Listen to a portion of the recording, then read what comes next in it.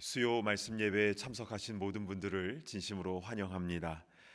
비록 영상으로 예배를 드리지만 부활하신 주님께서 지금 예배드리는 그 현장 가운데에 성령으로 임재해 주시고 또 필요한 은혜를 부어 주실 줄로 믿습니다. 제가 기도하고 시작하겠습니다.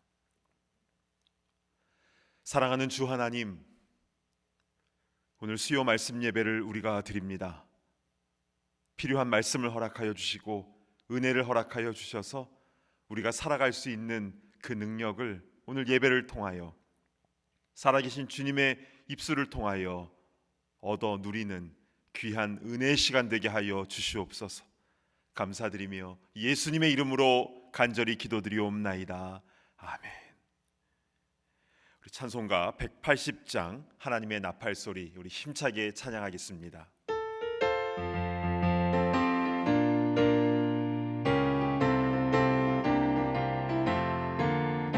하나님의 나팔소리 천지 진동할 때에 예수 영광 중에 구름 타시고 천사들을 세계 만국 모든 곳에 보내어 구원받은 성도들을 모으리.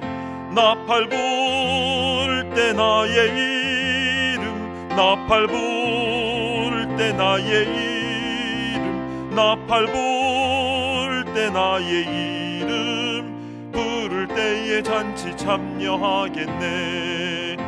무덤 속에 잠자는 자 그때 다시 일어 영화로운 부활 승리 얻으리. 주가 택한 모든 성도 구름 타고 올라가 공중에서 주의 얼굴 배우리. 나팔 불 때 나의 이름, 나팔 불 때 나의 이름, 나팔 불 때 나의 이름, 부를 때에 잔치 참여하겠네. 주님 다시 오실 날 우리 알 수 없으니 항상 기도하고 깨어 있어서 기쁨으로 보좌 앞에 우리 나가서도록 그때까지 참고 기다리겠네. 아멘. 나팔 불 때 나의 이름, 나팔 불 때 나의 이름, 나팔 불 때 나의 이름, 부를 때에 잔치 참여하겠네. 아멘. 하나님 말씀을 보도록 하겠습니다. 데살로니가전서 5장 1절부터 28절의 말씀입니다. 데살로니가전서 5장 1절부터 마지막 절까지 제가 대표로 봉독해 올리겠습니다. 형제들아, 때와 시기에 관하여는 너희에게 쓸 것이 없음은 주의 날이 밤에 도둑같이 이를 줄을 너희 자신이 자세히 알기 때문이라.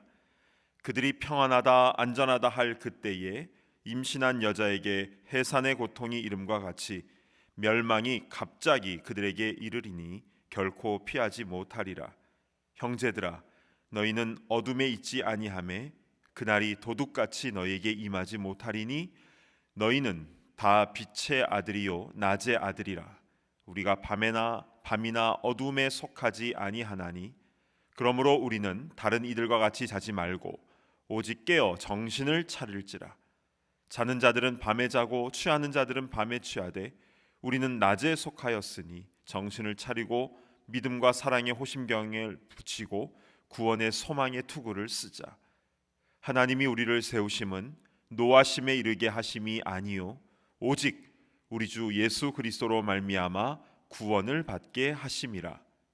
예수께서 우리를 위하여 죽으사 우리로 하여금 깨어 있든지 자든지 자기와 함께 살게 하려 하셨느니라.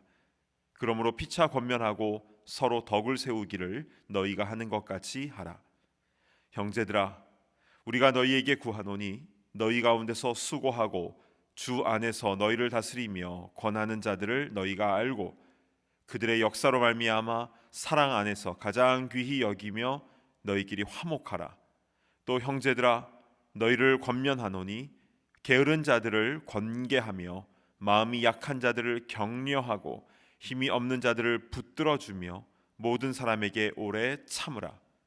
삼가 누가 누구에게든지 악으로 악을 갚지 말게 하고 서로 대하든지 모든 사람을 대하든지 항상 선을 따르라. 항상 기뻐하라. 쉬지 말고 기도하라.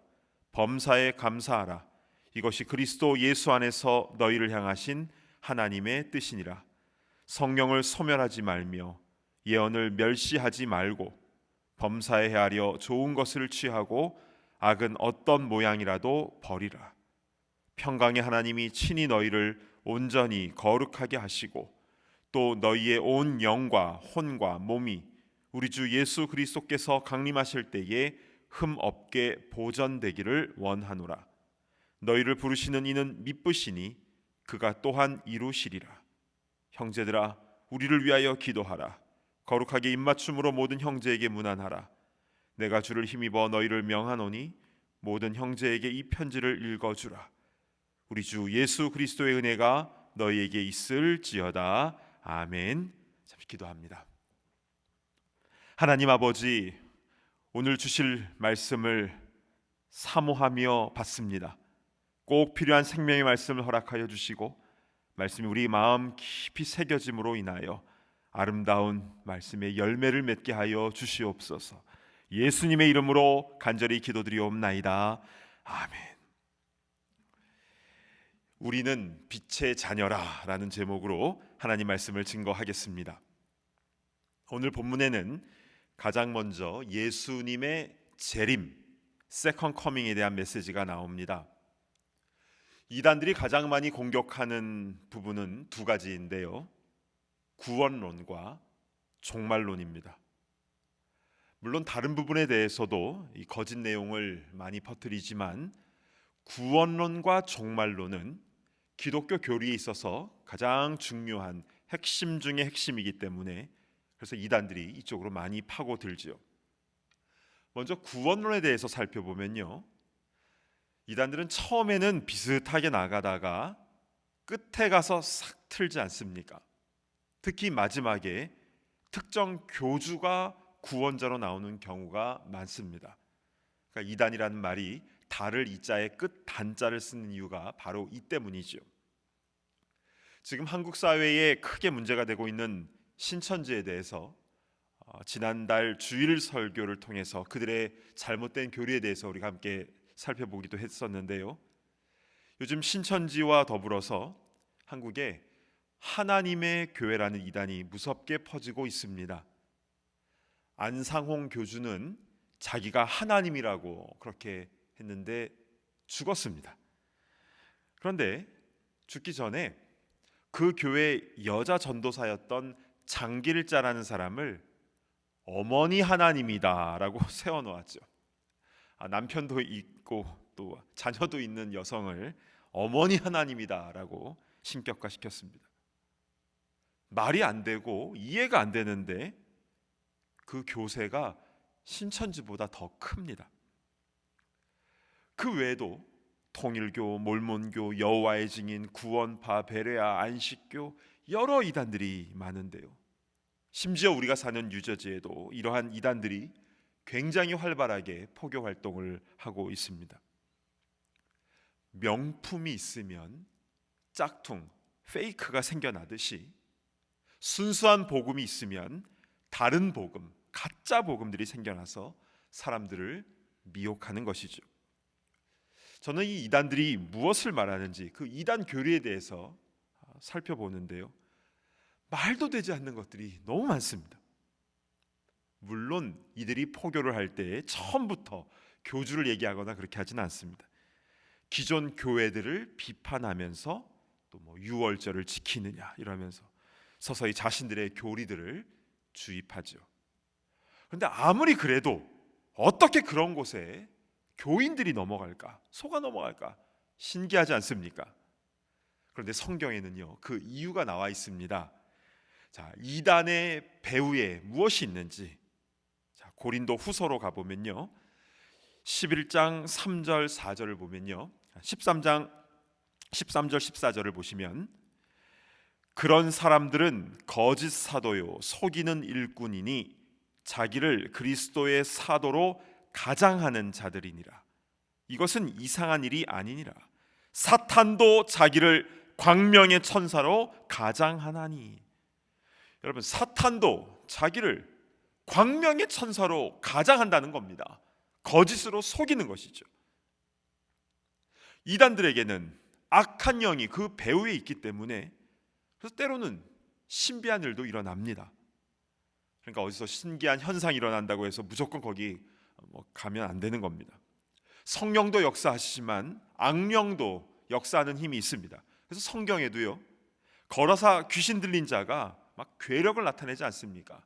또 빌립보 지역에서는 그 귀신 들린 여종이 미래를 맞추는 일도 성경에 나오지 않습니까? 신기한 일이 일어납니다. 그러나 악한 영의 결국은 사망인 것이죠. 그것이 그들의 궁극적인 속셈인 것입니다.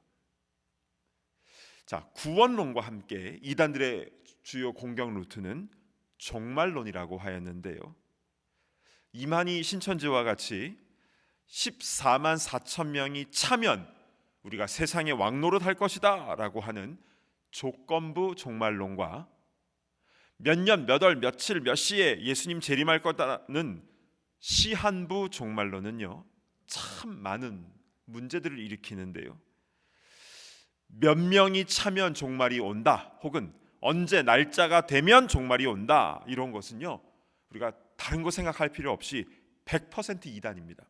왜냐하면 오늘 본문인 데살로니가전서 5장 2절 말씀에 분명히 기록되어 있기 때문입니다. 우리 같이 한번 봉독할까요? 시작.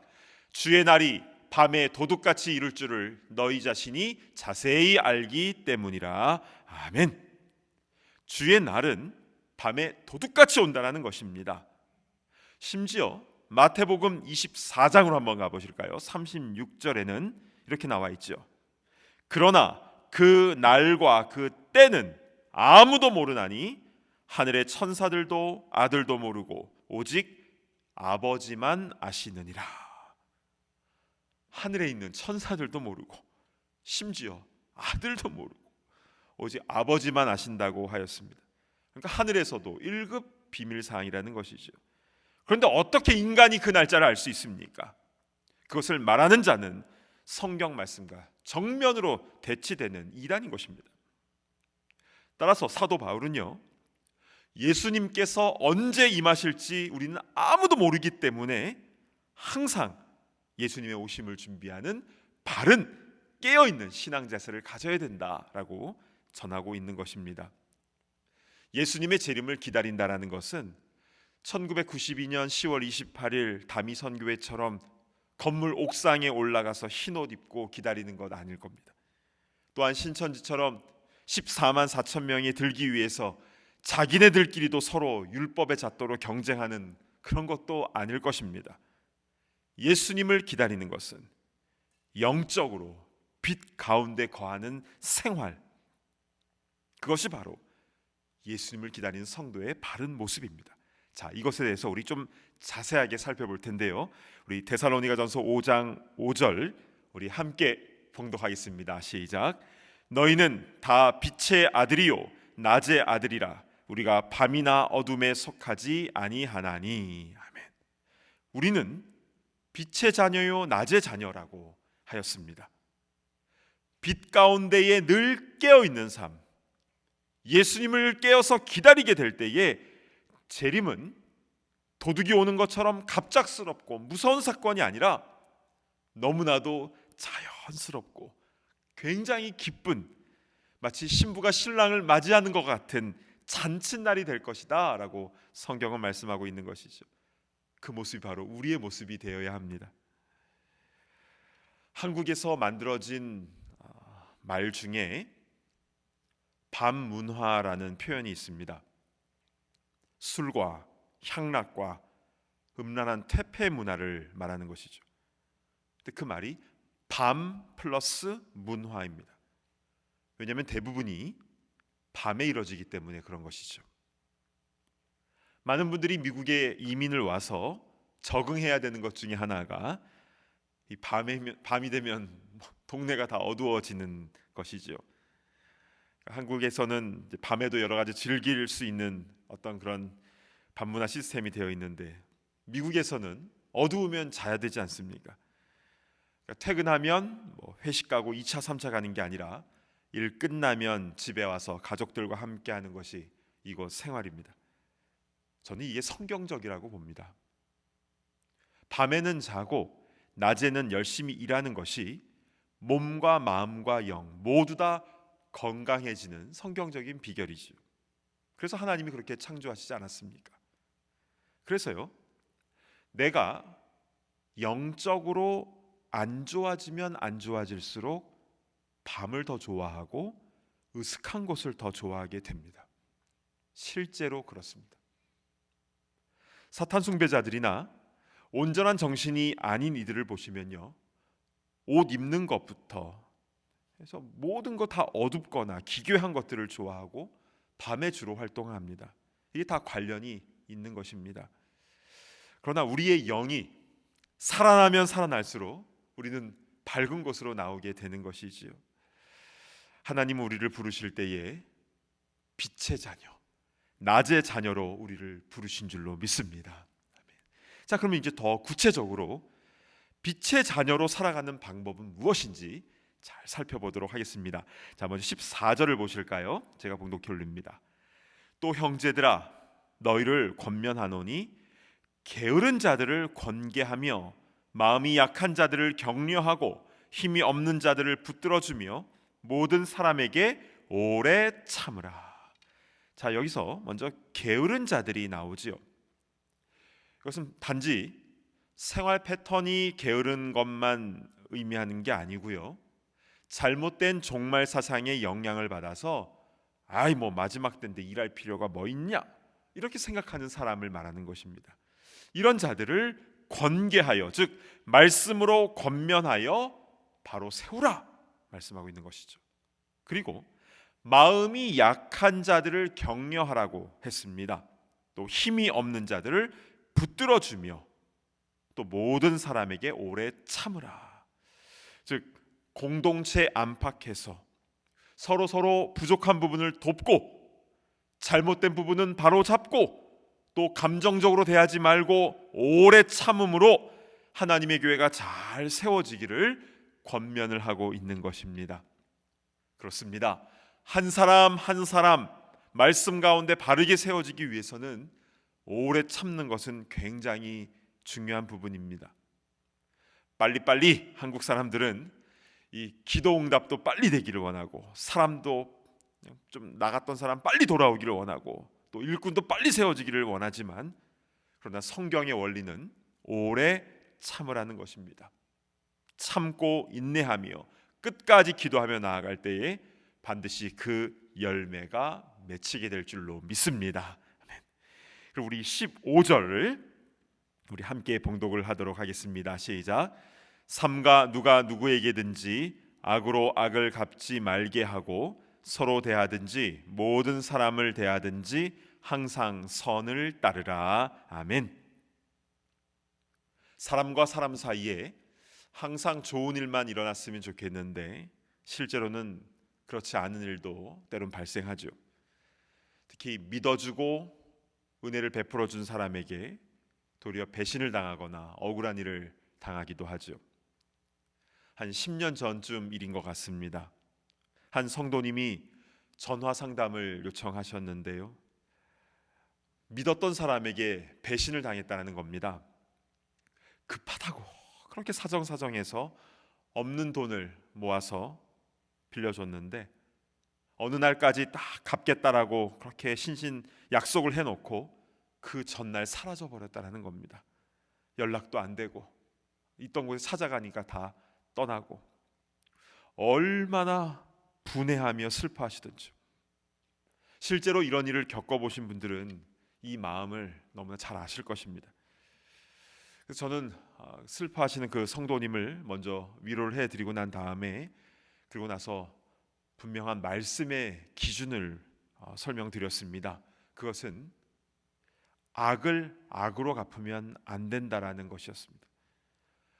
원수 갚는 것은 우리에게 있는 것이 아니라 하나님께 있습니다. 이것을 말씀드리고 로마서 12장을 읽어보시라고 권면을 드렸습니다. 특별히 12장 19절에는 오늘 본문과 같은 메시지가 나와 있죠. 내 사랑하는 자들아, 너희가 친히 원수를 갚지 말고 하나님의 진노하심에 맡기라. 기록되었으되 원수 갚는 것이 내게 있으니 내가 갚으리라고 주께서 말씀하시니라. 원수 갚는 것은 우리에게 있지 않다고 했습니다. 그것은 주님이 갚아주신다라고 약속을 해주셨죠. 근데 만약 우리가 원수 갚거나 악을 악으로 갚으면 어떻게 되는 겁니까? 사울 왕처럼 되는 겁니다. 감정에 사로잡히고 결국에는 멸망하게 되는 것이죠. 그러나 다윗은 악을 오히려 선으로 갚았습니다. 자신을 죽이려고 하는 그 사울 왕을 오히려 죽일 수 있는 기회 가운데서도 2번이나 살려주었죠. 사무엘상 24장의 엔게디에서 한번 살려주었고, 또 26장의 십황무지에서 또 한 번의 기회가 왔을 때도 살려주었습니다. 오히려 부하들이 죽여야 된다라고, 내가 죽이겠다고 하는 것을 다윗이 말렸지요. 왜냐하면 원수 갚는 것은 우리가 하는 게 아니라 하나님이 하시는 것임을 이 다윗은 분명히 알고 있었기 때문입니다. 결국 하나님께서 그 사울을 멸하시고 다윗을 세워주신 것입니다. 악을 악으로 갚으라는 이 사단마귀의 소리에 절대로 우리는 귀 기울여서는 안 됩니다. 그러면 빛의 자녀로 살 수가 없는 것이죠. 사울왕처럼 망하게 되는 겁니다. 우리 말씀에 순종함으로 혹시 우리에게 잘못대하는 그런 이웃이나 누가 있다 할지라도 오히려 악을 선으로 갚을 때에 우리 마음 가운데 평강이 임하게 되는 것이고 빛의 자녀의 아름다운 열매를 맺게 되는 줄로 믿습니다. 아멘. 그리고 그 악한 자는 하나님께서 친히 그 진노하심 가운데에 갚아 주실 것입니다. 자, 16절부터 18절까지는요 굉장히 유명한 암송 구절인데요, 제가 대표로 봉독해 올리겠습니다. 항상 기뻐하라. 쉬지 말고 기도하라. 범사에 감사하라. 이것이 그리스도 예수 안에서 너희를 향하신 하나님의 뜻이니라. 아멘. 이것이 바로 우리를 향하신 하나님의 뜻이다 라고 하셨습니다. 데살로니가전서 4장에서도 음란을 버리고 거룩하게 사는 것이 하나님의 뜻이라고 하셨는데, 이 말씀도 우리를 향하신 하나님의 뜻이다 라고 분명하게 기록이 되어 있죠. 자, 우리는 너무나 유명한 이 말씀을 들을 때마다 마음속에서 이런 생각이 듭니다. 내가 과연 이 말씀대로 정말 살 수가 있을까? 어떻게 항상 기뻐하지? 어떻게 쉬지 않고 기도하지?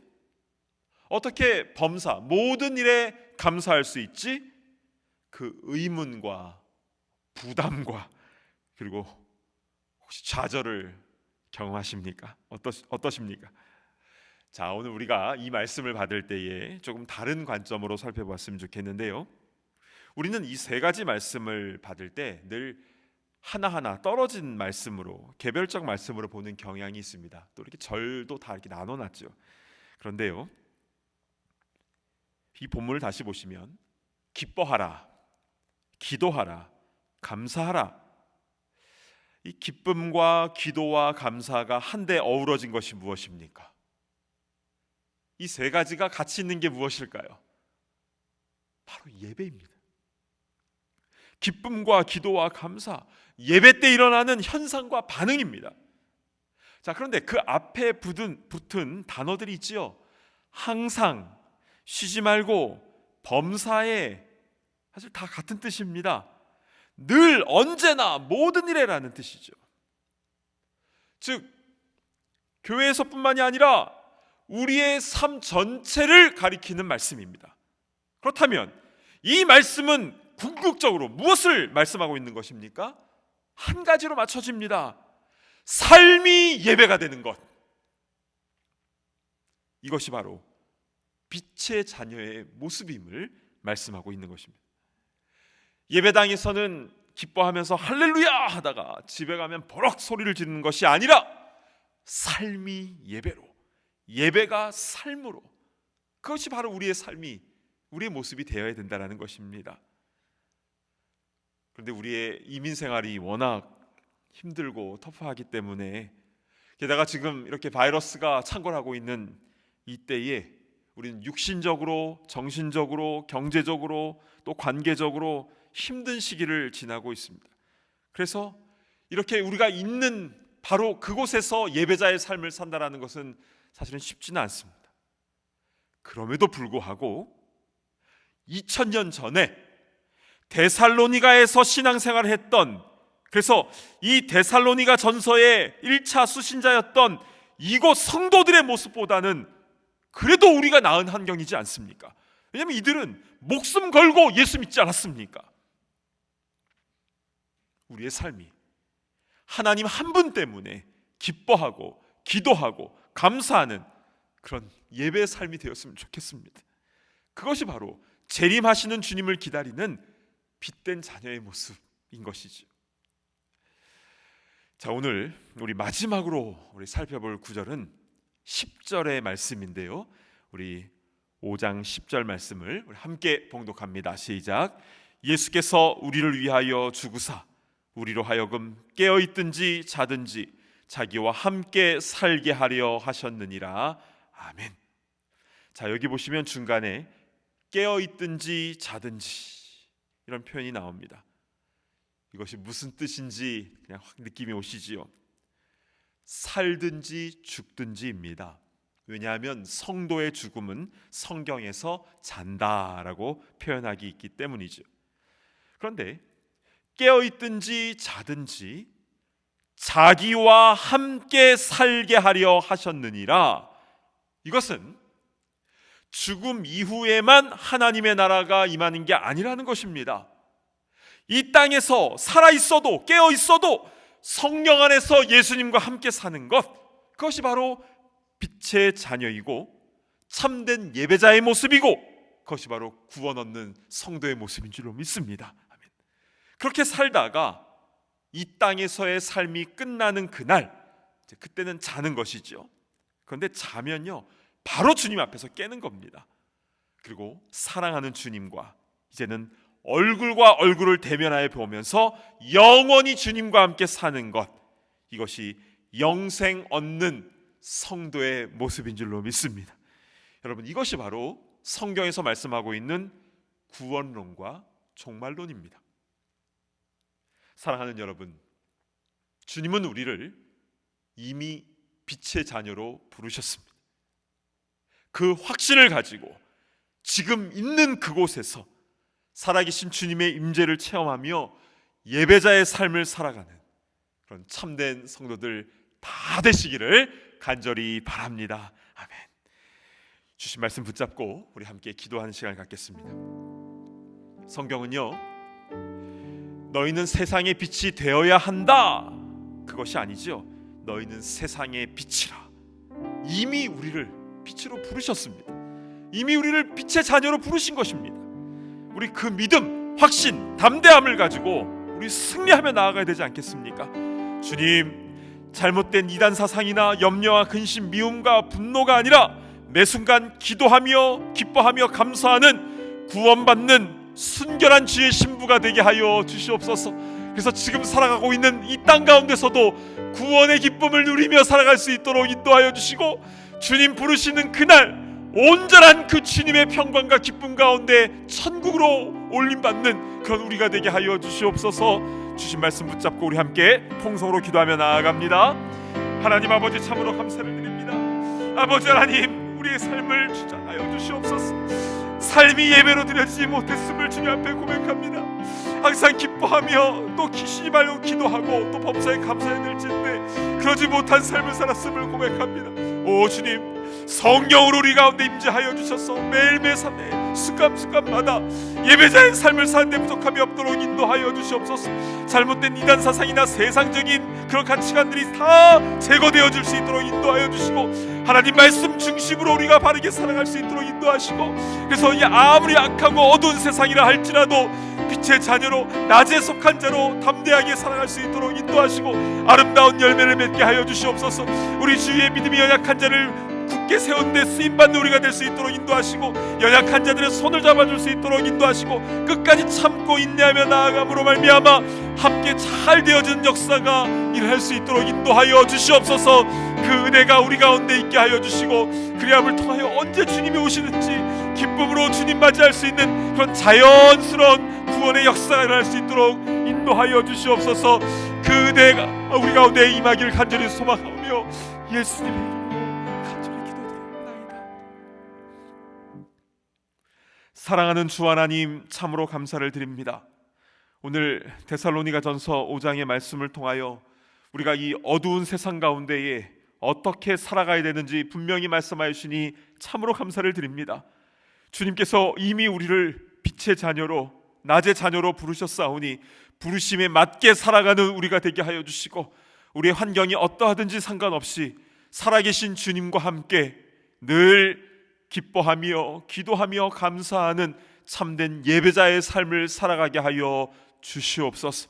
지금도 삶의 어려움 가운데 있는 이들을 주님 불쌍히 여겨주시고, 그들에게 사랑의 메시지와 또 필요한 것들을 전달할 수 있도록 인도하시며, 또 간절한 중보적 기도를 드릴 때에 함께 잘 되어지며 회복되어지며 한 명 한 명이 굳게 세워지는 놀라운 역사가 이루어지게 하여 주시옵소서. 우리 가족 식구들 가운데에 아직도 주님을 온전히 영접하지 못한 이가 있습니까?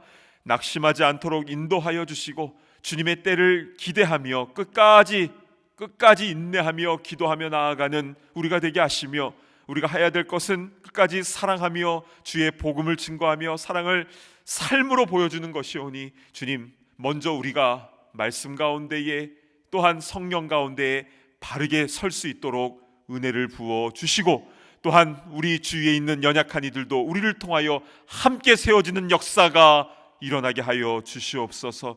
주님, 지금도 병원에서 또 삶의 현장 속에서 힘들게 싸우고 있는 우리 사랑하는 지체들 기억하여 주시고, 주님의 특별한 도우심의 은혜가 있게 하여 주셔서 그 순간순간마다 승리할 수 있도록 주님 인도하여 주시고, 온 세상에 퍼져 있는 이 바이러스와 또 이단 사상과 잘못된 모든 음란과 폭력의 그런 잘못된 사상들이 다 사라지며 거룩한 나라, 거룩한 백성들이 될 수 있도록 은혜를 부어 주시옵소서.